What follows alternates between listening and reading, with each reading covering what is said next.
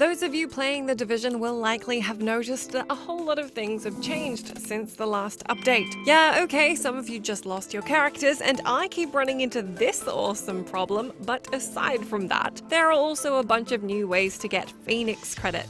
Unfortunately, you're now getting less of them for doing the same tasks, and some items appear to be a lot more expensive than they used to be. But if chasing the best gear is your jam, you'll need to pick up a shit ton of this fancy currency. It is worth knowing that some methods of getting Phoenix credits are a hell of a lot more efficient than others. As I'm sure you've noticed, each day lets you dig into a variety of daily missions, as well as new daily and weekly assignments, and an incursion mode. The incursion offers up 15 Phoenix credits for beating it on hard and 40 for challenging. But it will take you way longer than other credit gathering methods unless you're kitted up to the nines with amazing gear, in which case you probably do not need my suggestions. That said, if you want those new green gear set items, the incursion is the way to go. For the rest of you sporting a more modest gear score, I'd initially recommend you check out the new assignments and rewards for each mission once they refresh. This way you can figure out what rewards are worth chasing and do a bit of mission combining.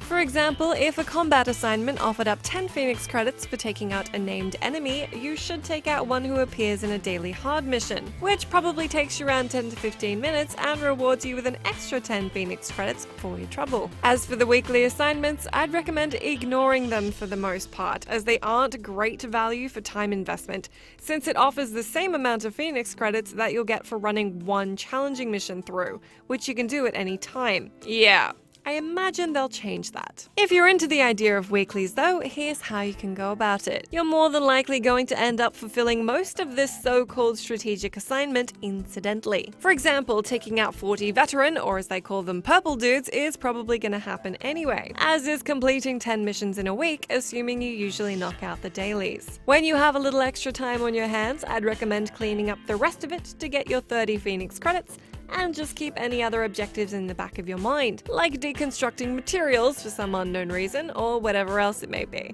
Then there are the new combat assignments, which may ask you to kill off a certain enemy type. Thankfully, there's only 4 types of dudes who want to shoot you in the face in New York City, so chances are good you'll run into the ones you have a quest to kill in one of your dailies.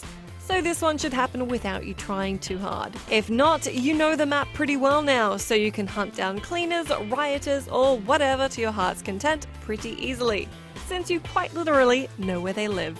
It might not be the most exciting thing ever, but if all you want to do is grind for Phoenix credits, best way to go about it is to keep running Lincoln Tunnel on challenging, since it's pretty easy as far as division missions go, and you don't make any less or more Phoenix credits depending on the organic mission difficulty. For your hard and challenging daily missions, the fastest way to get through them is to be mindful of your team dynamic. If you, like me, can't find 3 dedicated friends to help you out on a regular basis, the matchmaking system has your back. This may seem a tad scummy, but it's worth checking out the other members of your group before you roll out, since their gear score and talents will make a huge difference to how quickly you can get through a mission. It'll also hurry things along if you have a strong team who is proficient at holding a line, super helpful at getting one another back on their feet with quick revives, and with a varied amount of talents. Use the marking system by aiming at an enemy and pressing up on the D-pad, so team members know who to shoot. 4 guns pointed at one level 32 elite work a lot better than 1. And the faster you get these missions done, the faster you get those Phoenix credits in your pocket.